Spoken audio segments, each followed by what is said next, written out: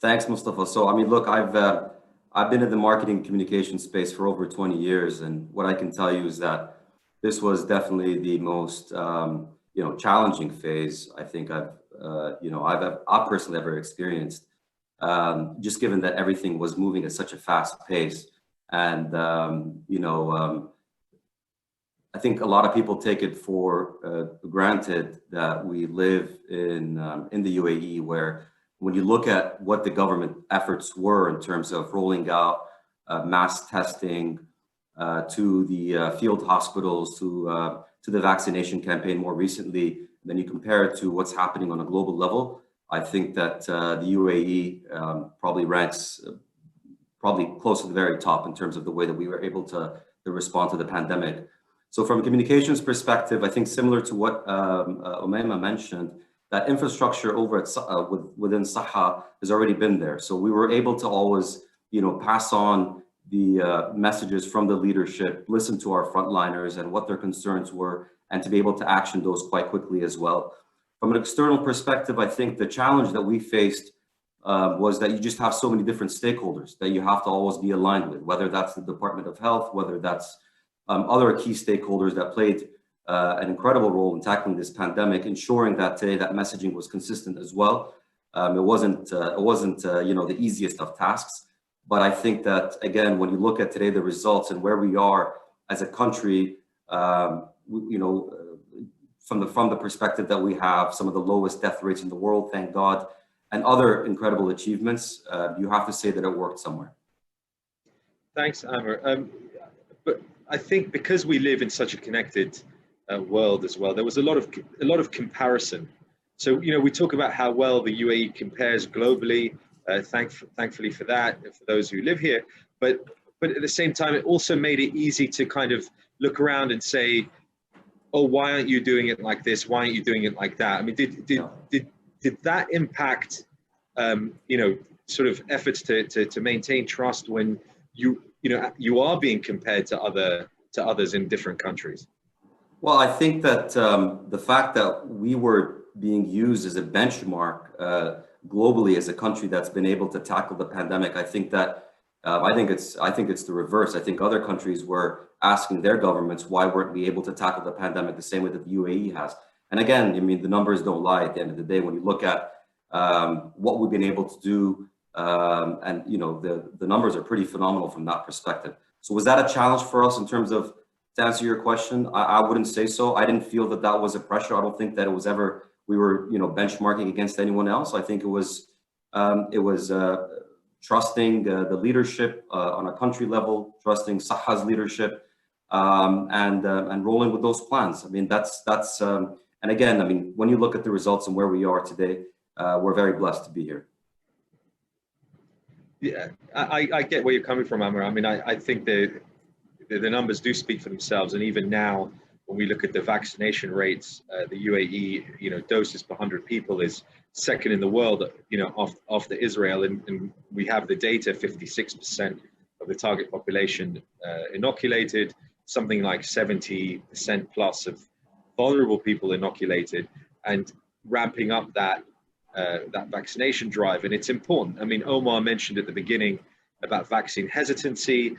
It's a living thing that, from week to week, levels of trust pick up and drop. And in fact, at the start of the year, the interesting phenomenon was that there was more trust actually than people anticipated perhaps 6 months ago. There's more of a willingness from people to take a vaccine than perhaps people thought 6 months ago. And so that's an opportunity, but also it's a challenge to maintain that. Leading from the front, Mustafa. So if I take you back to last year, when we launched our first drive-through testing center in Abu Dhabi, which was, I think, we were one of the first 3 countries in the world to roll out such a service. His Highness Sheikh Mohammed bin Zayed, visited that testing center in a message that, testing is a strategy that works.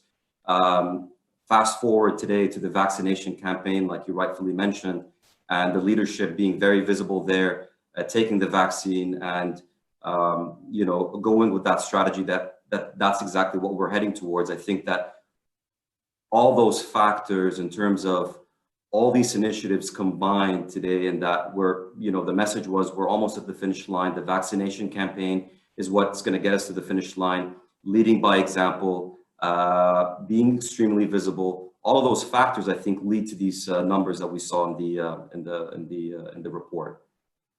We've got questions coming in. There's one for Amer from Maitha Ahmed. She asks, how do you build trust, Amer, during such uncertain times, particularly when so much was unknown and uncharted territory with things changing on a daily basis? Well, again, I think I go back to what we mentioned, what I discussed earlier, which was around first of all, I think the ability to constantly communicate internally with all your staff as information comes in. I think making them feel that they are part of whatever decisions that are taking place. So we do have a portal that an internal portal that we encourage a lot of our employees to sort of address their concerns. And then there's a committee that looks at all those concerns, and then we look at different ways of how we can tackle them. Our situation, is a bit different, right? And it's a good question, because we are at the end of the day on the front lines of fighting this pandemic. And today the concerns from our, frontliners are very different, to say respectfully, to some of the other, members of the community.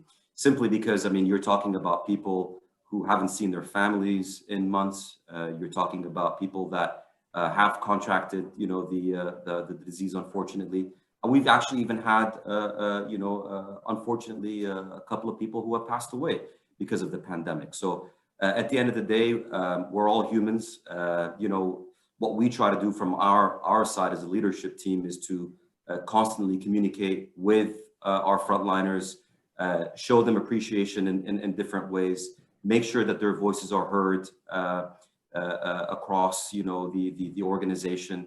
And then whenever we're able today to tackle some of those concerns, whether it's something as small as something that they face, which they feel puts them in harm's way, communicating today with the different healthcare facilities. And don't forget, as SEHA, we're a pretty large organization. We're over 20,000 employees, 12 hospitals, 55 clinics. And this isn't, this doesn't include all the field hospitals and the testing centers. So, and we're spread across the UAE. So, it's I wouldn't say that it's perfect, but I would say that, we have done a pretty good job at addressing a lot of those concerns. You raise a good point about the human quality now that has to be, an important part, a central part of all communication. In the past, perhaps there had been, more of a priority on, being efficient or being effective or being profitable. These are all important factors for any organization. But now because we've all been touched by this pandemic in the past year to differing degrees, we all know somebody who suffered, and every time we engage, every time we communicate, we have to be cognizant of that. You kind of got to give everybody a bit of a pass at the moment, and it works both ways. And again, it comes back to what Amer was saying about listening and ensuring that the communication is both ways. Right now, I think it's too easy to lose people.